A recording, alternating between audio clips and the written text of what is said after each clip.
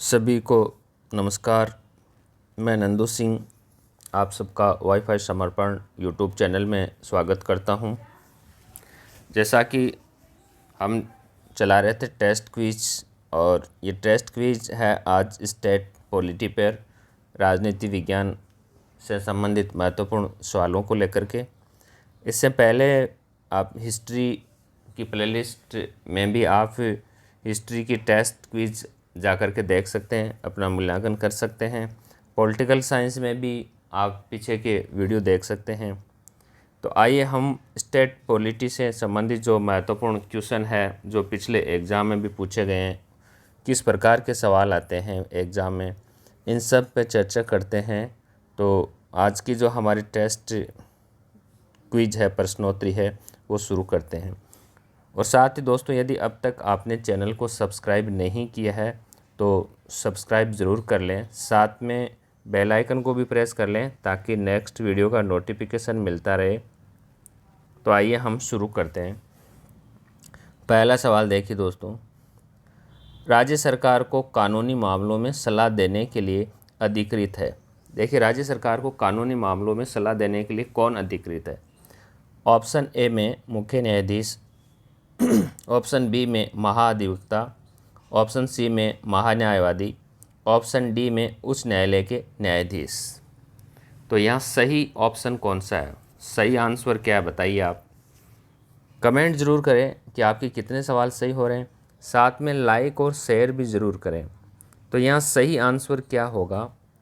आप वीडियो को पॉज करके, वीडियो को रोक करके भी आप सवाल हल कर सकते हैं। कमेंट करके ज़रूर बताएं कितने सवाल सही हो रहे हैं। तो बताइए, राज्य सरकार को कानूनी मामलों में सलाह देने के लिए अधिकृत है। कौन अधिकृत है? मुख्य न्यायाधीश है, या महाधिवक्ता है, या महान्यायवादी है, या उच्च न्यायालय के न्यायाधीश है? बहुत अच्छा सवाल है, बताइए आप। देखिए, राज्य सरकार को जो कानूनी मामलों में सलाह देने के लिए जो अधिकृत है, वह देखिए यहाँ सही आंसर होगा महाधिवक्ता। राज्य में होता है महाधिवक्ता, और यदि केंद्र का पूछा जाता है यहाँ पर तो महान्यायवादी होता है, अटॉर्नी जनरल होता है महान्यायवादी।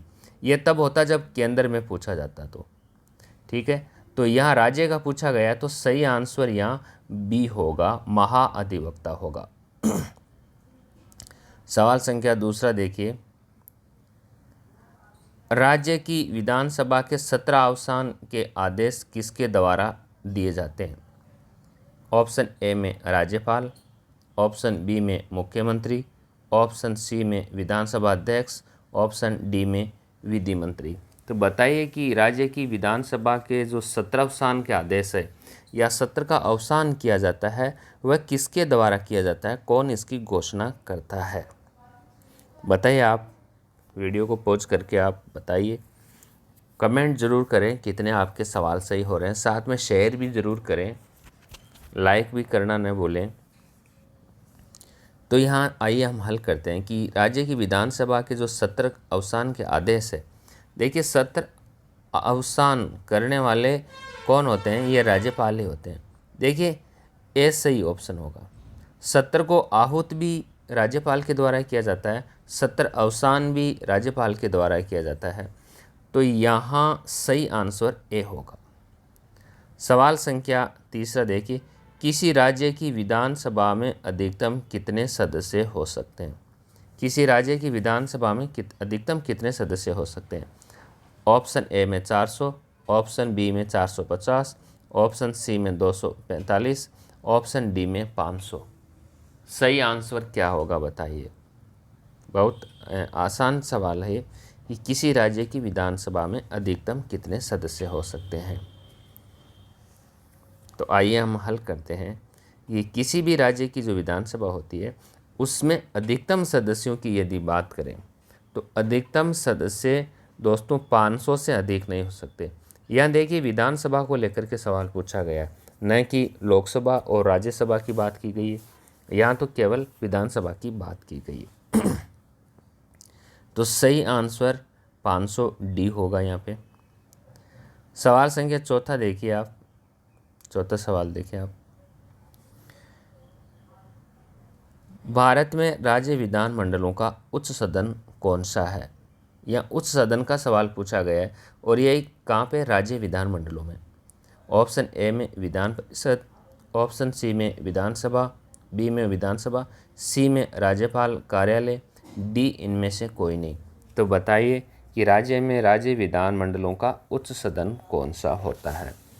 उच्च सदन को लेकर के सवाल पूछा गया। तो राज्य विधानमंडलों का उच्च सदन कौन सा है। दोस्तों कमेंट ज़रूर करें, शेयर करना न भूलें, ज़्यादा से ज़्यादा शेयर ज़रूर करें वीडियो को, और कमेंट करके बताएं कि कितने सवाल सही हो रहे हैं, आपके सवाल कितने सही हो रहे हैं, ज़रूर बताएं आप। तो आइए हम हल करते हैं कि राज्य में विधानमंडलों का जो उच्च सदन होता है वह विधान परिषद होता है। देखिए कई राज्यों में द्विसदनीय विधानमंडल होता है। तो एक तो होता है विधान परिषद, दूसरी होती है विधानसभा। विधानसभा निम्न सदन होता है और विधान परिषद उच्च सदन होता है। तो यह सही आंसर होगा, ए सही आंसर होगा। सवाल संख्या 5वां देखिए, उपराज्यपाल की नियुक्ति कौन करता है। देखिए उपराज्यपाल को नियुक्ति को लेकर के सवाल पूछा गया है। ऑप्शन ए में प्रधानमंत्री, बी में उपराष्ट्रपति, सी में मुख्यमंत्री, डी में राष्ट्रपति द्वारा।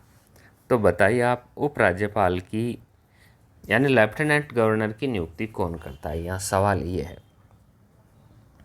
बताइए आप। देखिए तो आइए हम हल करते हैं कि देखिए उपराज्यपाल की जो नियुक्ति की जाती है वह राष्ट्रपति के द्वारा की जाती है। राज्यपाल और उपराज्यपाल दोनों की नियुक्ति ही राष्ट्रपति के द्वारा ही की जाती है। यह सही आंसर डी होगा। सवाल संख्या 6 देखिए, राज्यपाल को वेतन भत्ते किस कोष से दिए जाते हैं। देखिए राज्यपाल को वेतन और भत्तों को लेकर के पूछा गया कि किस कोष से दिए जाते हैं।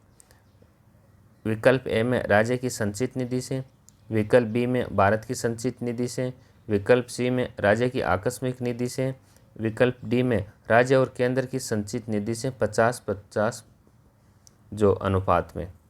तो यह सही आंसर क्या होगा। राज्यपाल को वेतन और भत्तों को लेकर के ये सवाल है। तो ये किस कोष से राज्यपाल को दिए जाते हैं, बताइए आप। कमेंट ज़रूर करें, लाइक करना न भूलें दोस्तों। तो यहाँ जो राज्यपाल को वेतन और भत्ते दिए जाते हैं, देखिए ये राज्य की संचित निधि से दिए जाते हैं। राज्य की संचित निधि से दिए जाते हैं। ऑप्शन ए सही होगा। यहाँ पे ऑप्शन ए सही होगा। सवाल संख्या 7वां देखिए, राज्यपाल की पद की नियुक्ति हेतु न्यूनतम आयु कितनी होनी चाहिए। यानी राज्यपाल नियुक्त होने के लिए, राज्यपाल बनने के लिए न्यूनतम आयु कितनी है। ऑप्शन ए में 40 वर्ष, ऑप्शन बी में 50 वर्ष, ऑप्शन सी में 35 वर्ष, ऑप्शन डी में 30 वर्ष। बताइए आप कि राज्यपाल की पद नियुक्ति हेतु न्यूनतम आयु कितनी होनी चाहिए। तो आइए हम हल करते हैं कि राज्यपाल की जो पद की नियुक्ति हेतु यदि न्यूनतम आयु का सवाल है तो यहाँ सही आंसर जो होगा ये सी होगा, 35 वर्ष। देखिए चाहे राष्ट्रपति हो, चाहे उपराष्ट्रपति हो या फिर राज्यपाल हो, तीनों पदों पर नियुक्त होने के लिए न्यूनतम आयु 35 वर्ष होनी चाहिए। किसके लिए, राष्ट्रपति के लिए, उपराष्ट्रपति के लिए और राज्यपाल के लिए। तो यहाँ सही आंसर सी होगा। सवाल संख्या 9वां देखें आप। देखिए क्या है सवाल, राज्य मंत्रिपरिषद की बैठकों की अध्यक्षता व उसका कार्य संचालन किया जाता है, किसके द्वारा किया जाता है। क्या सवाल है कि राज्य मंत्रिपरिषद की बैठकों की अध्यक्षता और उसका कार्य संचालन किया जाता है, किसके द्वारा किया जाता है। देखिए ऑप्शन ए में राज्य के राज्यपाल द्वारा, ऑप्शन बी में राज्य के मुख्यमंत्री द्वारा, ऑप्शन सी में विधानसभा अध्यक्ष द्वारा, ऑप्शन डी में राष्ट्रपति द्वारा। तो बताइए यहाँ सही आंसर क्या होगा कि राज्य की मंत्रिपरिषद की बैठकों की अध्यक्षता कौन करता है, उसका संचालन कौन करता है। सवाल को समझिए आप, सवाल क्या पूछा गया, सवाल पूछा क्या गया है ये समझने की आप कोशिश कीजिए, तभी आप पहले सवाल को सही ढंग से पढ़ें आप, उसके बाद में ही उत्तर दें। क्योंकि हम सवाल को सही ढंग से नहीं पढ़ने से सही उत्तर प्राप्त नहीं कर सकते हैं। तो देखिए, राज्य मंत्रिपरिषद की जो बैठकों की अध्यक्षता की बात करें तो ये अध्यक्षता करता है राज्य के मुख्यमंत्री के द्वारा। सही आंसर क्या होगा यहाँ पे? बी होगा, राज्य के मुख्यमंत्री के द्वारा किया जाता है। मंत्रिपरिषद की बैठक की अध्यक्षता और उसका संचालन हमेशा मुख्यमंत्री ही करता है, तो सही आंसर बी होगा। सवाल संख्या 10वां, राजस्थान में मंत्रिपरिषद में सदस्यों की अधिकतम संख्या हो सकती है। देखिए, राजस्थान में मंत्रिपरिषद में सदस्यों की अधिकतम संख्या हो सकती है, कितनी हो सकती है? Option A 15, option B 20, option C 30, option D 25। तो आप बताइए कि मंत्रिपरिषद में सदस्यों की अधिकतम संख्या कितनी हो सकती है राजस्थान में। या राजस्थान को लेकर के पूछा गया है कि राजस्थान में अधिकतम कितने मंत्री बन सकते हैं। बहुत अच्छा सवाल है दोस्तों ये।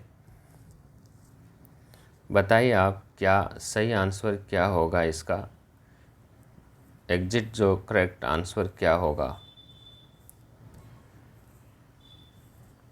देखिए, यहाँ राजस्थान में मंत्रिपरिषद के सदस्यों की अधिकतम संख्या जो हो सकती है वो 30 हो सकती है, 30।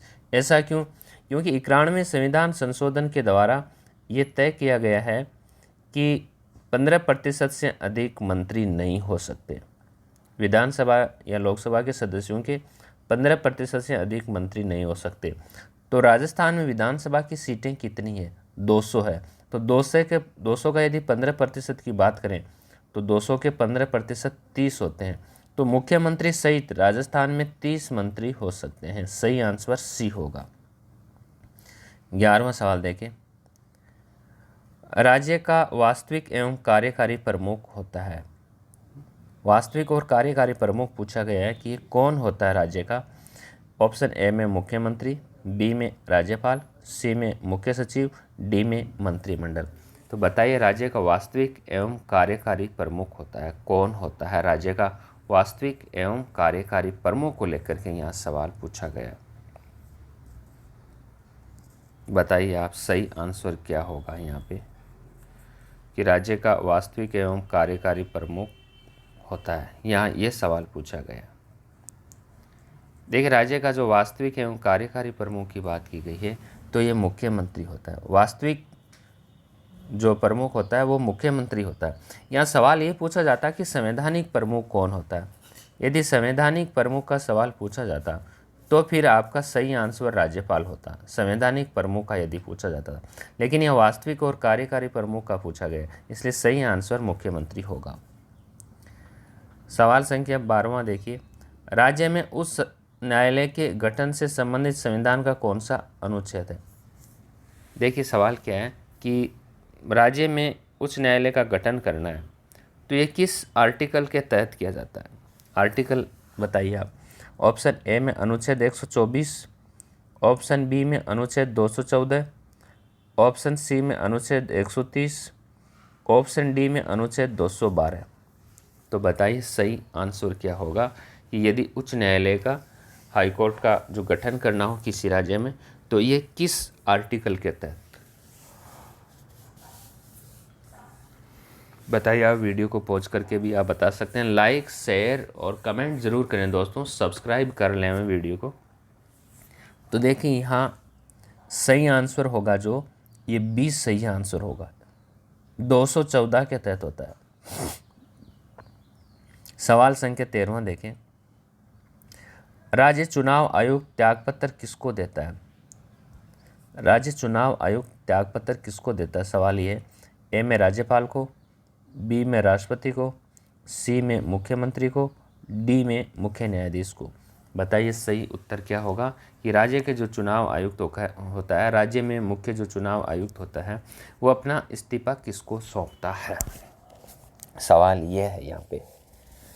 देखिए राज्य में जो चुनाव आयुक्त होता है, चुनाव होता है संघ का, वो एक सदनीय होता है, वो एक सदनीय होता है। तो ये अपना त्यागपत्र किसको सौंपता है। देखिए इसका जो सही आंसर होगा ये अपना त्यागपत्र राज्यपाल को सौंपता है। यहाँ सही आंसर ए होगा। फिर देखिए 14वां सवाल देखें आप, क्या है 14वां सवाल? उच्च न्यायालय के न्यायाधीशों का कार्यकाल होता है। हाईकोर्ट के न्यायाधीशों का कार्यकाल पूछा गया है, तो हाईकोर्ट के न्यायाधीशों का कार्यकाल कितना होता है? ऑप्शन ए में 6 वर्ष या 62 वर्ष, 6 वर्ष या 65 वर्ष, ये बी में है। सी में है 5 वर्ष या 60 वर्ष, डी में 62 वर्ष की आयु तक। तो सही आंसर क्या होगा कि उच्च न्यायालय के न्यायाधीशों का कार्यकाल कितना होता है? बताइए सही आंसर क्या होगा। बहुत अच्छा सवाल है, अति महत्वपूर्ण सवाल है ये। तो आइए हम हल करते हैं कि उच्च न्यायालय के जो न्यायाधीश होते हैं उनके कार्यकाल के बारे में हम बात करें। तो आप वीडियो को पॉज करके भी आप बता सकते हैं, लाइक शेयर और कमेंट जरूर करें। देखिए, उच्च न्यायालय के न्यायाधीशों का जो कार्यकाल होता है वह 62 वर्ष की आयु तक होता है। डी ऑप्शन सही होगा। देखिए, 5 वर्ष या 6 वर्ष कुछ भी नहीं आएगा। न्यायाधीशों के मामले में 5 वर्ष या 6 वर्ष नहीं आता है, 62 वर्ष की आयु तक। यदि सुप्रीम कोर्ट का पूछा जाता तो 65 वर्ष की आयु तक काम कर सकते हैं, वहाँ भी 5 या 6 वर्ष कुछ भी नहीं आता है। तो यहाँ जो सही आंसर होगा डी होगा, 62 वर्ष की आयु तक ही होगा। और सुप्रीम कोर्ट की बात आए तो 65 वर्ष की आयु तक होता है। सवाल संख्या 15 देखें आप। राजस्थान उच्च न्यायालय के प्रथम मुख्य न्यायाधीश थे, कौन थे यहाँ? राजस्थान उच्च न्यायालय, राजस्थान हाई कोर्ट है, उसके प्रथम मुख्य न्यायाधीश को लेकर के सवाल पूछा गया है। सही आंसर क्या है बताइए। ऑप्शन ए में राधा कृष्णन, ऑप्शन बी में कमलकांत वर्मा, ऑप्शन सी में केसी नियोगी, ऑप्शन डी में एस के घोष। तो बताइए आप सही उत्तर क्या होगा यहाँ पे। वीडियो को आप पॉज करके आराम से सोच करके बताइए, साथ में लाइक शेयर ज़रूर करें, सब्सक्राइब भी कर लें, ताकि आपको सब्सक्राइब किया है, साथ में नोटिफिकेशन भी ऑन है, तो जो भी नेक्स्ट वीडियोज़ आने वाले हैं महत्वपूर्ण, उनका भी आपको नोटिफिकेशन मिलता रहे। लाइक शेयर ज़रूर करें, कमेंट करके ज़रूर बताएं दोस्तों कितने सवाल सही हो रहे हैं। तो आइए हम हल करते हैं कि राजस्थान उच्च न्यायालय के जो प्रथम मुख्य न्यायाधीश थे, ये प्रथम मुख्य न्यायाधीश को लेकर के सवाल पूछा गया है। तो यहाँ सही आंसर होगा कमलकांत वर्मा, या बी ऑप्शन सही होगा। तो दोस्तों आज के वीडियो में इतना ही, इजाज़त दीजिए, धन्यवाद।